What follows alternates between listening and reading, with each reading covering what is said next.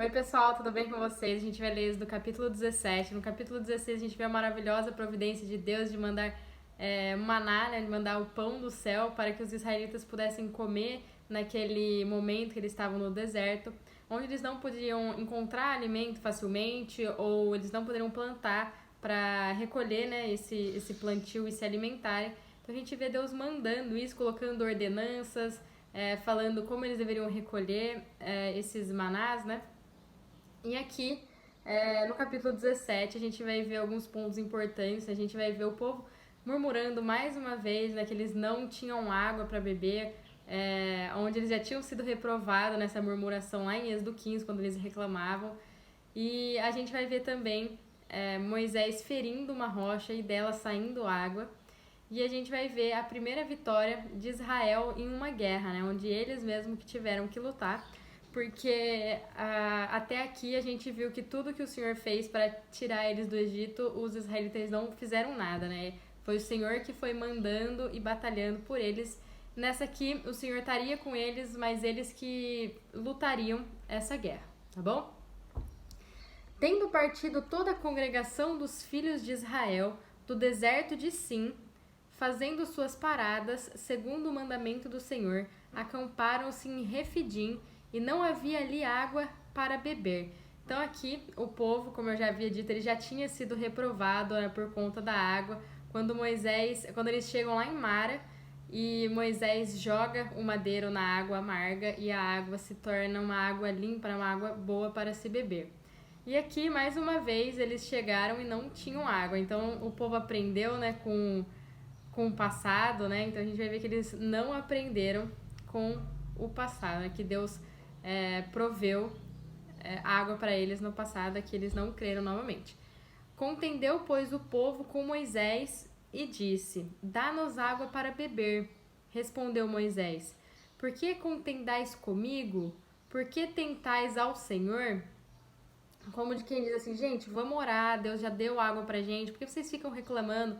Vamos pedir para que Deus mande água, né? Para que Ele dê essa providência. Todo dia a gente está recolhendo esse maná. Você acha que Deus não vai mandar água pra gente?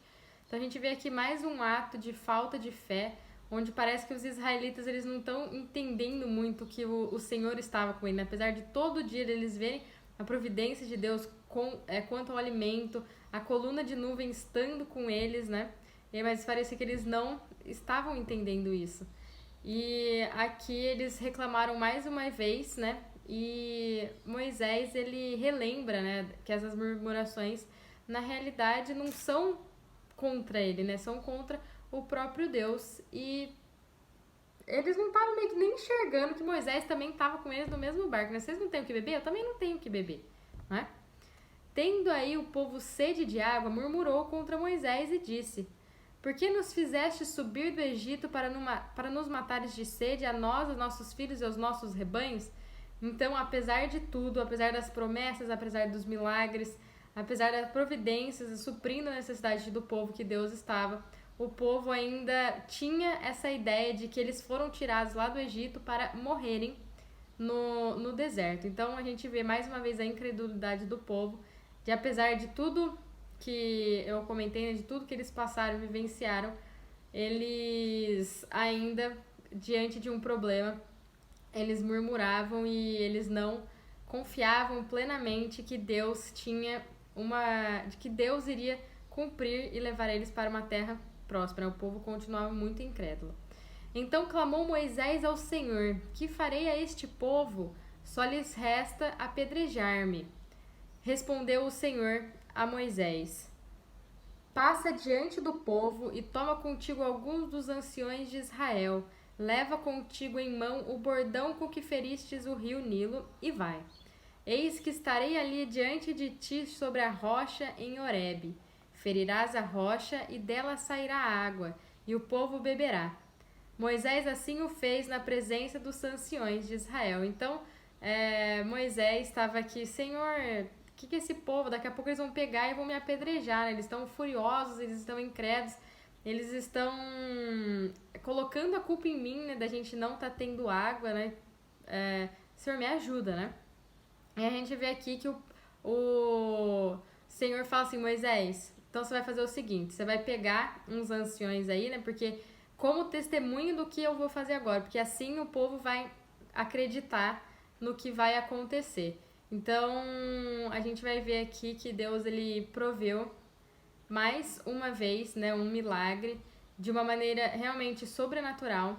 E esse ferir da rocha, né, realmente é uma figura de Cristo, né, onde a vara que Moisés feriu é o símbolo de poder e autoridade e julgamento de Deus, e a rocha ela nunca mais deveria ser ferida, até porque quando a gente for ver mais lá na frente, quando Moisés ele fere a rocha novamente, ele é punido severamente. Deus não vai deixar com que ele entre na terra prometida por conta dele ter ferido. Então, Cristo morreu como sendo a rocha, né? A rocha que foi ferida.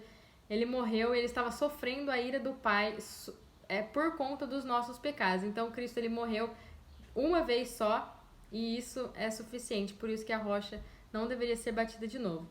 Mas quando a rocha é ferida, lhe sai água do lugar, né? Vai sair água de dentro da rocha, que é isso que Cristo dá pra gente, né? Essa água viva, e todo aquele que beber dessa água, né? Rios sairão de dentro deles, tá bom?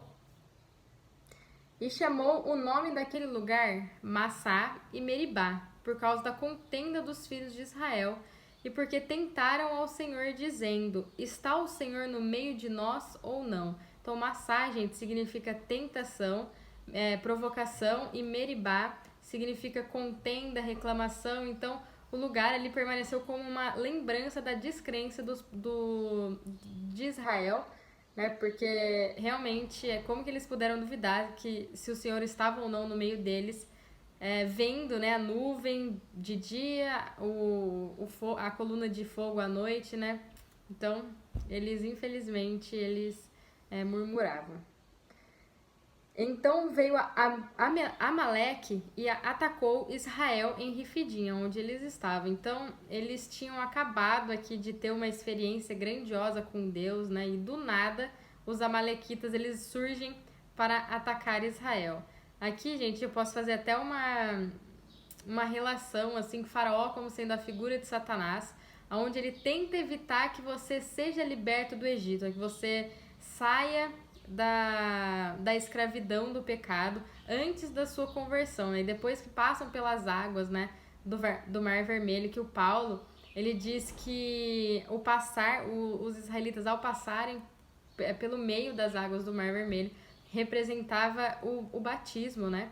Mas depois que você passa pelo batismo, não tem mais o faraó, né? Não tem mais aquele que te culpa pelo seu pecado, mas tem um outro inimigo que ele vai atrapalhar você nessa sua caminhada, que é a carne. Então, Abimeleque aqui, ele tá sendo a carne. Então, os israelitas, eles vão lutar contra a carne, e a gente vê que Abimeleque, ele pega de surpresa, né? Porque ele pega de surpresa nos pontos fracos, eles não estavam esperando esse ataque. Então, esse ataque vem depois da miraculosa provisão da água, porque ninguém conhece essa batalha de lutar contra a carne antes de receber a Cristo, tá bom?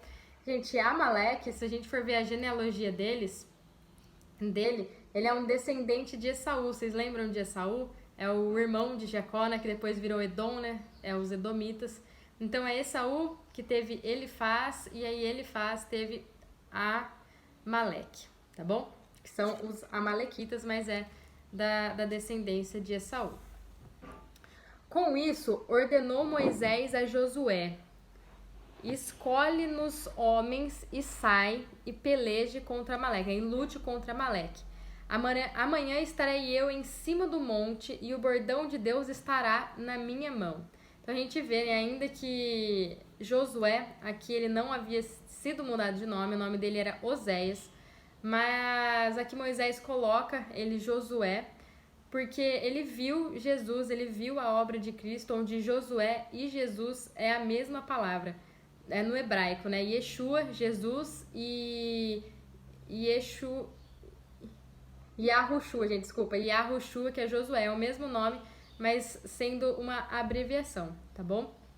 Então Moisés, ele percebe que essa batalha ela tinha um significado espiritual muito grande, onde Moisés tipifica Cristo intercedendo por nós, né, em cima do monte com o bastão de Deus, mas Josué aqui também tipifica Cristo batalhando por nós.